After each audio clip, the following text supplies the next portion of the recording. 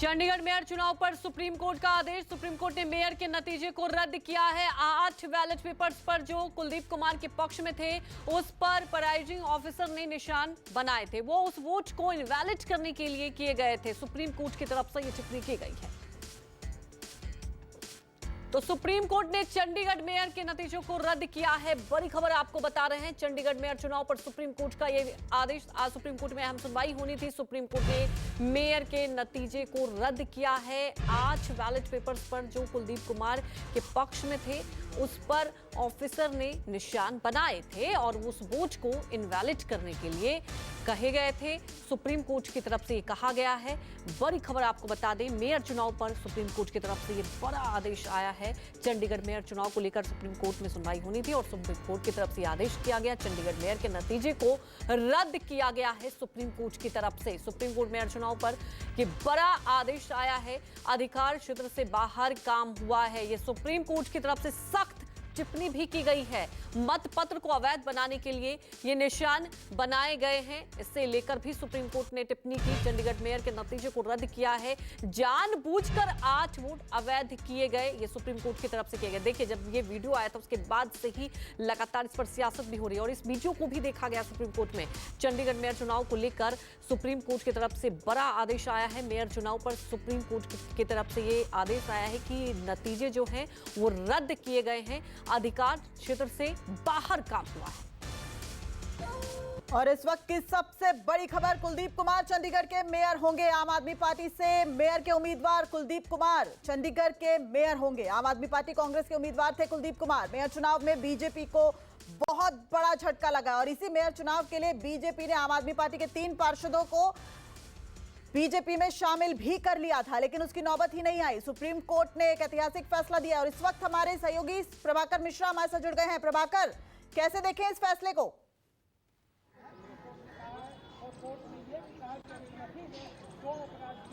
बस इस फैसले को ऐसे ही समझ लीजिए कि जब कोर्ट ने ही कह दिया था कि प्राइम फेसा ऐसा लगता है कि चंडीगढ़ मेयर इलेक्शन में डेमोक्रेसी की हत्या हुई है।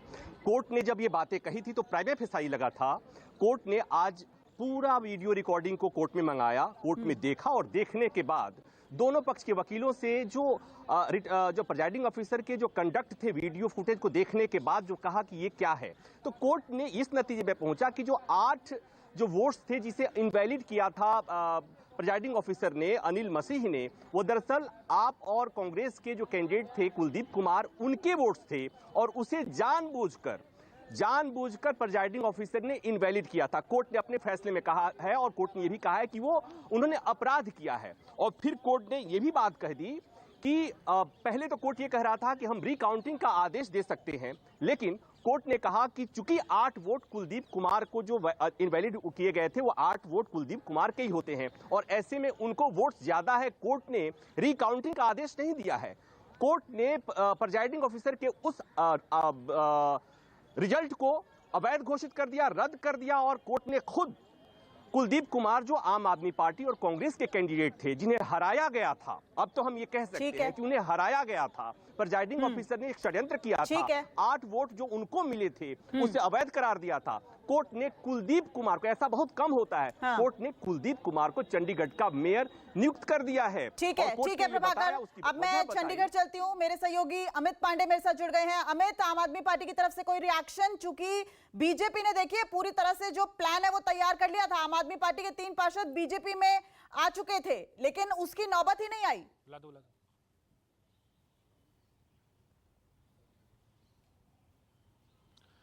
जी बिल्कुल दिव्या, साफ तौर पर आम आदमी पार्टी इस बात को बार बार कह रही थी कि जिस तरह से प्रिजाइडिंग ऑफिसर ने वोटों में गड़बड़ी की है, जो टिक मार्क लगा के इनवैलिड किया था और आम आदमी पार्टी और कांग्रेस जो इंडिया अलायंस बना था, पहली जीत उनकी ये मानी जाती, लेकिन प्रिजाइडिंग ऑफिसर ने उन सभी 8 के 8 वोटों को गलत तरीके से इनवैलिड किया।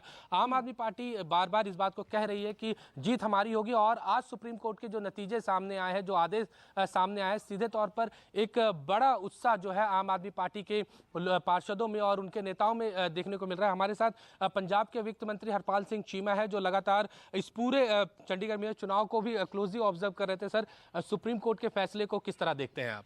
सबसे पहले मैं हमारे ऑनरेबल सुप्रीम कोर्ट का धन्यवाद करना चाहता हूं कि आज देश के लोकतंत्र को बचाने के लिए, देश के डेमोक्रेसी को बचाने के लिए आज हमारी ऑनरेबल सुप्रीम कोर्ट ने एक बड़ा ऐतिहासिक फैसला चंडीगढ़ के मेयर को लेकर किया। मैं धन्यवाद करना चाहता हूं।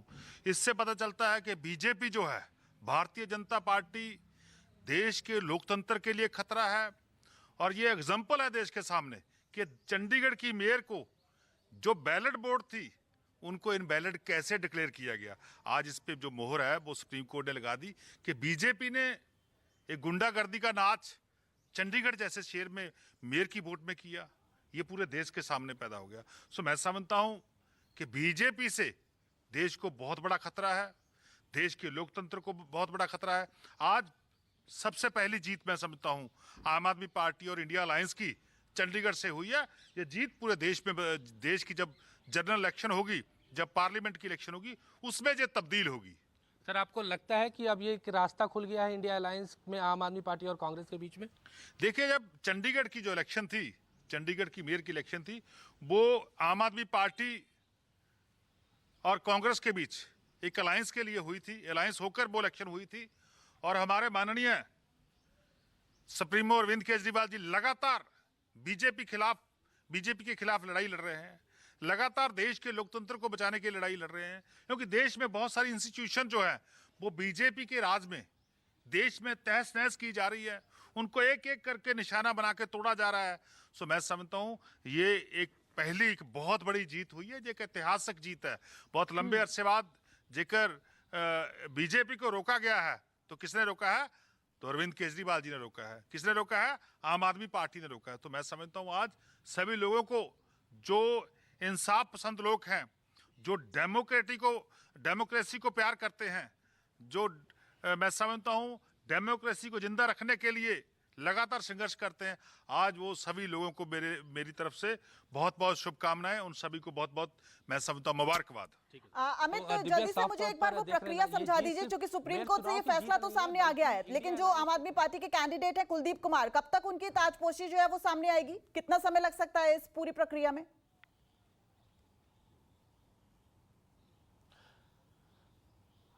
देखिए, जिस तरह से ऑर्डर आज थोड़ी देर में जिस तरह से ऑर्डर हो चुका है और ये माना जा रहा है कि कल इस पर जो एडमिनिस्ट्रेशन है वो अब इस पर कार्रवाई जो है वो तेजी से करेगी। तो उम्मीद है कि कल जो नए मेयर हैं उनकी ताजपोशी जो है वो हो जाएगी, क्योंकि कुछ प्रोसेस हैं।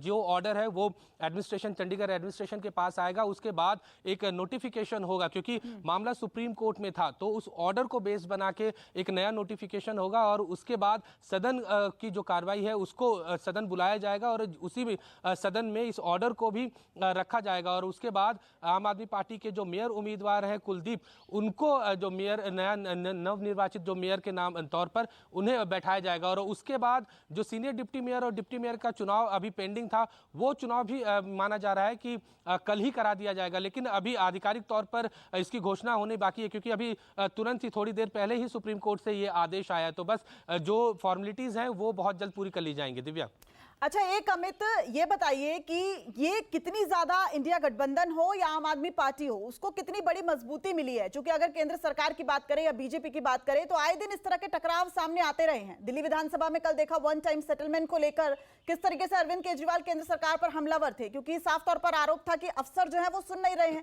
और उनकी वजह से दिल्ली के लोगों को एक अच्छी जो पॉलिसी है उसका फायदा नहीं मिल पा रहा है। तो वो जो एक टकराव जैसी स्थिति है, सुप्रीम कोर्ट के इस फैसले से उन सबको किस तरीके से मजबूती मिलती है?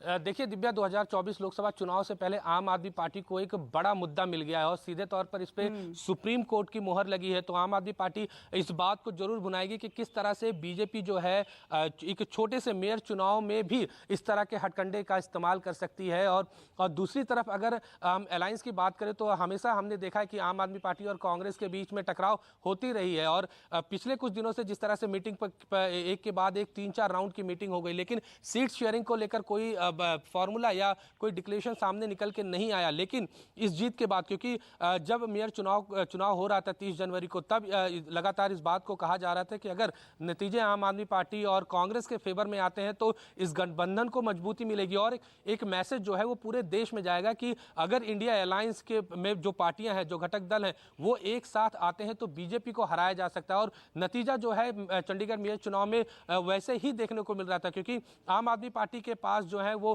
13 पार्षद थे और कांग्रेस के पास जो है 7 पार्षद, दोनों को मिला के 20 वोट होते हैं और एक भी वोट इनवैलिड नहीं हुआ। तो कहीं ना कहीं एक सीधा मैसेज था और एक साफ संदेश देने की दोनों पार्टियों की तरफ से देने की कोशिश की गई थी कि अलायंस अगर बैठेगा तो मजबूती से बीजेपी का जो है वो मुकाबला किया जा सकता है। और जैसे ही सुप्रीम कोर्ट के जिस तरह से स्टेटमेंट और जिस तरह से कोर्ट की कार्रवाई हो रही थी, उसी बीच ये खबर छनके आने लगी कि बहुत जल्द आम आदमी पार्टी और कांग्रेस की फाइनल सीट शेयरिंग की जो बैठक है वो बहुत जल्द हो सकती। तो साफ तौर पर इस संदेश को आप समझ सकते हैं कि इस वक्त सीधा लिए चलते हैं, सौरभ भारद्वाज प्रेस कॉन्फ्रेंस कर रहे हैं।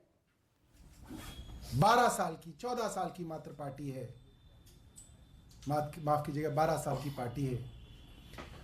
वो पार्टी दुनिया की सबसे बड़ी पार्टी कहलाने वाली, खुद जो कहती है कि हम दुनिया के सबसे बड़ी पार्टी है, भारतीय जनता पार्टी से चुनाव में,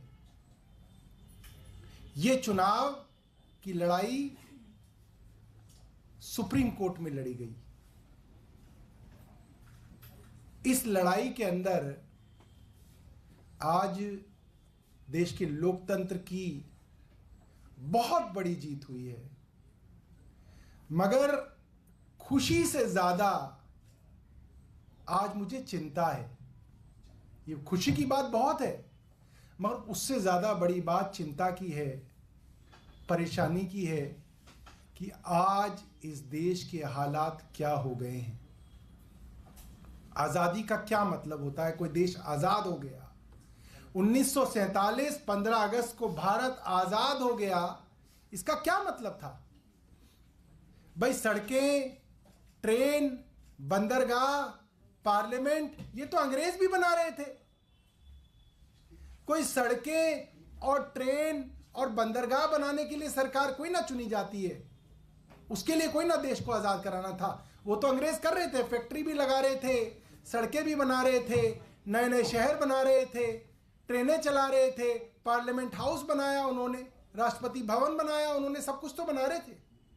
देश आजाद इसलिए कराया ताकि लोग अपनी सरकार खुद चुन सके और उनकी चुनी हुई सरकार इस देश को चलाए। ये था आजादी का मतलब, ये था उस स्वतंत्रता का मकसद जिसके लिए भगत सिंह, राजगुरु, सुखदेव और उनसे पहले तांत्या तोपे, रानी लक्ष्मीबाई, लाखों लोगों ने अपनी जान की कुर्बानी दी, इसलिए कि इस देश में चुनाव हो, लोग अपनी सरकार चुने और उस सरकार से देश चले।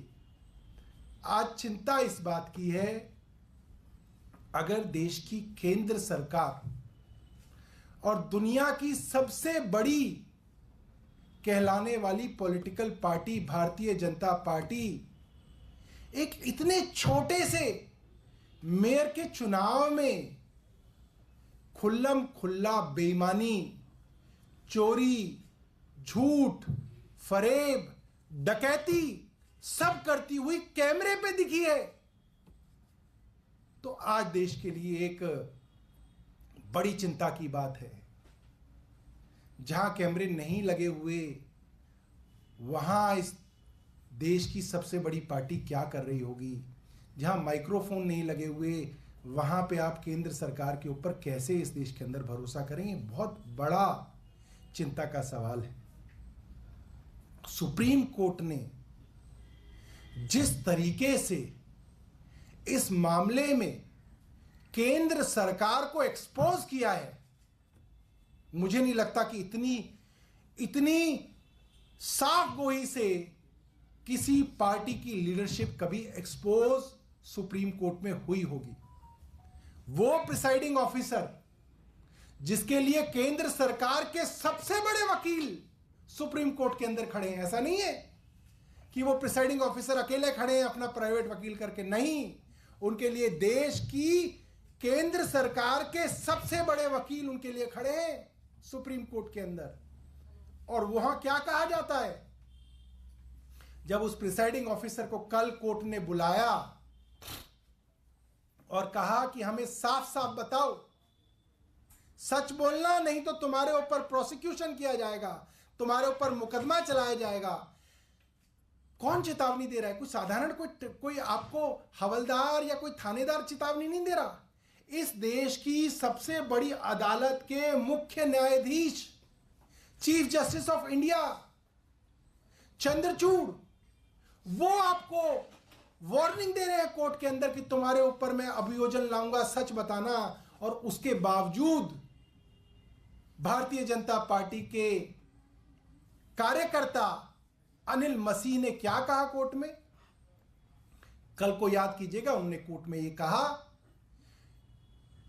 क्योंकि हल्ला गुल्ला हो रहा था, कमोशन हो रहा था और लोग बार बार कैमरा कैमरा चिल्ला रहे थे, इसलिए मैंने कैमरे की तरफ देखा। दूसरी बात क्या कही? कोर्ट ने पूछा, चलो कैमरे के लिए तो तुमने ये देखा, तुम ये बैलेट पेपर पे जब साइन कर रहे थे तो 8 बैलेट पेपर ऐसे थे जिसमें तुमने साइन किया और बाद में कुछ निशान लगाया, वो क्या कर रहे थे? अनिल मसीह फंस गई, केंद्र सरकार फंस गई। अनिल मसीह ने बोला, केंद्र सरकार ने बोला, वो तो उनकी नुमाइंदगी कर रहे थे, उन्होंने बोला मिलॉर्ड, जो बैलेट डिफेस थे, यानी कि जो बैलेट ऑलरेडी खराब थे, उनके ऊपर कुछ ना कुछ निशान विशान लगा के उस वोट को पहले ही खराब किया जा चुका था, मैं बस उसके नीचे लाइन लगा के कह रहा था कि ये डिफेसमेंट है, कहीं ये मिक्स ना हो जाए, ये कल अनिल मसीह ने कहा। और आज जब कोर्ट ने उनको बुलाया और अनिल मसीह को बैलेट पेपर के साथ बुलाया, तो आज तो भारतीय जनता पार्टी पूरे देश के सामने एक्सपोज हो गई। उन बैलेट पेपर्स पे जो 8 बैलेट पेपर अनिल मसीह ने इनवैलिडेट किए थे, उन 8 बैलेट पेपर पे मोहर आम आदमी पार्टी के मेयर कैंडिडेट के लिए लगी हुई थी।